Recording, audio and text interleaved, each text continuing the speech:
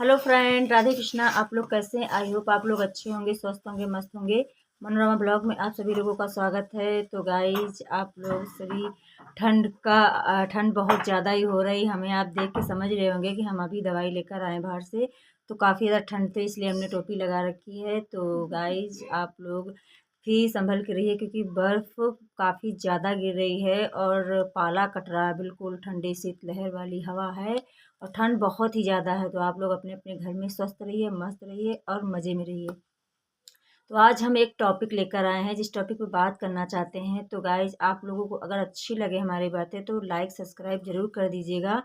तो क्योंकि like subscribe करते नहीं हो आप लोग, वीडियो भी हमारे नहीं देख रहे हो इस वक्त, क्योंकि हम लॉन्ग वीडियो बनाते हैं, इसलिए आप लोग नहीं देख रहे हैं। तो हम एक टॉपिक ये लेकर आए हैं कि जैसे किसी बच्ची के माता पिता में कोई एक ना हो और उनके कोई भाई भी ना हो, तो उन बच्चियों की ज़िंदगी क्या नरक बन जाती है? ऐसा तो है, अगर कुछ रिश्तेदार अगर ऐसे मिल जाएं तो ज़िंदगी नरक बन ही जाती है। जैसे हम अपनी मतलब बेटी कोई है, रिश्तेदार कोई करने वाला है, तो हमारा साथ दे, सहयोग दे, लेकिन वो भी भेड़िए, लालची और दहेज के लोभी होते हैं।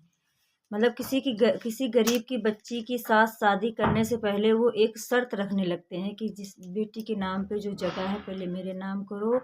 और दहेज की डिमांड, यानी कि बयाना अगर हाथ में हो जाए उसके बाद दहेज की डिमांड बढ़ाना, तो क्या ये कहाँ जहाँ तक सही? अगर एक बेटी का पिता ना हो, भाई ना हो और दूसरे के सहारे कोई सोचे हमारा रिश्तेदार है, तो हम उसके साथ अपनी बेटी की ज़िंदगी गुजारने की सोचे, वो हमारा घर भी देखेगा, हमें भी देखेगा, हमारी बच्चियों को भी देखेगा, ये उम्मीद एक माँ की क्या बेकार जाएगी? आपको क्या लगता है दोस्तों? आप लोगों को अगर हमारी बातें सही लगे तो कमेंट में ज़रूर बताइएगा, क्योंकि हमने जब से सुना है कि मतलब एक बेटी का पिता या भाई ना हो और दूसरा कोई उसका बेसहारा का मतलब मजाक बना रहा हो, सहारा बनने की कोशिश कर रहा हो, सहारा बनाने की कोशिश कर रहा हो, तो क्या ये कोशिश गलत है? किसी को अगर अपना सहारा बनाना चाहता है कोई कि मेरा रिश्तेदार है, खास है, अपनी बेटी की हम शादी उससे कर देंगे, तो हमारा घर परिवार भी संभल जाएगा। और अपना अपना कोई है तो अपना अपना होता है, पराया पराया होता है। शायद पराया घर के लड़के ऐसा ना करे, कोई ना रहे, लेकिन ये किसी की भूल है। अगर तुम शादी नहीं करोगी उससे, तो क्या उसके लिए रिश्ते नहीं आएंगे? अरे एक चाहते एक रिश्ते आएंगे।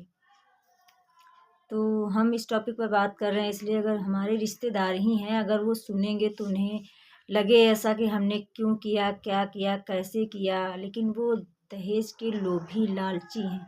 ये नहीं सोच रहे हैं कि हमारे रिश्तेदार हैं, मुसीबत में हम शादी कर लेंगे, अगर दहेज भी ना भी मिले तो भी अरे उनको चाहे जितना भी दो, उनका पेट भरता ही नहीं। लालची लोग ऐसे होते हैं, दहेज के लोग भी। कहीं अगर दूसरी जगह से बात चल रही हो, उनको लग रहा है कि हमें 10 लाख 15 लाख उधर से मिल रहे हैं, इधर 1 लाख भी उम्मीद नहीं है, तो वो लालच में पड़ जाते हैं।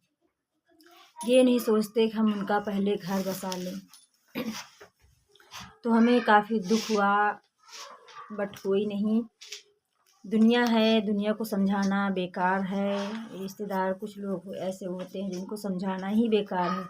कितनी बार गड्ढे में इंसान गिरता है, उठता है, भगवान उसकी सज़ा भी देता है, लेकिन इंसान को समझ बिल्कुल नहीं आता है कि हमको सज़ा किस बात की मिल रही है। तुम किसी का हक मारोगे, किसी का हक छीनोगे, तो ऊपर वाला देखता है, ऊपर वाला हिसाब सारे चुकता करता है।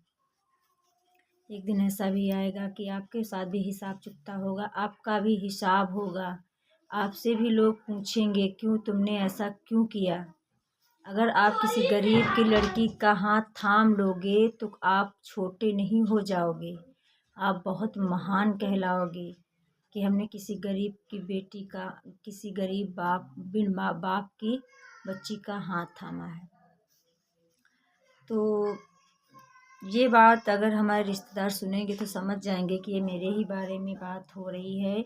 हमने नाम नहीं लिया, कृपया करके अपने दिल पे मत लीजिएगा, ये मत समझिएगा कि हम ही के मेरे ही बारे में कह रही हैं, लेकिन हम उन सभी लोगों के बारे में कह रहे हैं जो आजकल के दहेज के लोभी घूम रहे हैं। सोच रहे हैं कि अपने बेटी की शादी करेंगे तो ये ले, अरे बेटा ब्याह नहीं रही हो, बेटा अपना बेच रहे हो। और बेटी वाला बेटा खरीद रहा है। तभी बेटा जब सास ससुर की सुनता है, माँ बाप की नहीं सुनता है, तो बेटे को माँ को बड़ा बुरा लगता है। बेटी की माँ को, भाई तुमने बेचा अपने बेटे को 2.5 लाख में, 2 लाख में, 3 लाख में, 4 लाख में, तो अपना बेटा वो बेच रही है। अगर बिना दहेज की बेटी अपने घर लाओगे तो हक से कहलाओगे कि हमने बेटा बेचा नहीं, बेटी खरीदी है। अरे कुछ ऐसा करके दिखाओ दहेज के लोभियों कि कोई तुम्हें ये ना कहे कि ये बड़ा लालची है, बड़ा मक्कार है, दहेज के चक्कर में शादी कर रहा है। दहेज नहीं देंगे तो लड़की के साथ शादी नहीं करेगा। पहले झूठा दिलासा देंगे हम करेंगे, हमारे भाई का वादा है, मेरी भाभी का घर संवर जाएगा, बेटी एक अपने घर में कर लेंगे तो उसका घर बस जाएगा। बाद में जैसे ही शादी की बात नज़दीक आती है तो जुबान से अपने पलट जाते हैं। तो भाई पहले से दिलासा मत दिखाओ कि हम आपकी बेटी ब्याह लेंगे अपने घर में। कभी मत कहो, दुनिया का भरोसा नहीं है, दुनिया क्या करेगी, क्या कहेगी, क्या नहीं कहेगी। अपने अंदर झांक के देखो हम क्या कह रहे हैं, क्या कर रहे हैं। लेकिन ऐसा नहीं करेंगे लोग, जानते हैं मजबूर है, नहीं करेंगे तो जाएंगे कहाँ। लेकिन बेटी की माँ की भी गलती है। अरे मार ऐसे लड़के को लात फेंक दे, हमारी बेटी को और रिश्ते आएंगे, हमें नहीं चाहिए ऐसी बेड़ियों भरी ज़िंदगी, बेटियों के लिए बेड़ियों से भरी हुई ज़िंदगी। अरे नर्क बन जाएगी उस घर में, बेटी की जिस घर में अपनी मर्जी से शादी करोगी, अपनी गर्ज अपने स्वार्थ के लिए शादी करो। स्वार्थ मत देखो अपना, अपनी बेटी की ज़िंदगी देखो। अगर हमारा वीडियो आप तक पहुँचे, मेरी दीदी, मेरी बहन जो भी हो, तो आप लोग ज़रूर कमेंट में बताइएगा क्या हमने सही कहा है। क्योंकि जिनके पास बेटियां नहीं होंगी, जिनके पास सिर्फ बेटे ही होंगे, उनको बात बुरी लगेगी। लेकिन जिनके पास बेटियां हैं उनके दिल से पूछोगे बात कितनी सही और सच्ची है कि हमारी बेटी ब्याहने से पहले 100 बार सोचते हैं हम ब्याहें कि ना ब्याहें, ये कितना दहेज देगा, कितना नहीं देगा, मेरे बेटे को कितना मिलेगा, कितना नहीं मिलेगा, ये पहले सोच लेते हैं कि हम अपनी बेटी की शादी करेंगे तो हम 4 पहिए की गाड़ी लेंगे या 5 गाड़ी लेंगे, पल्सर लेंगे, 1 लाख कैश लेंगे, 3 तोले की चैन लेंगे।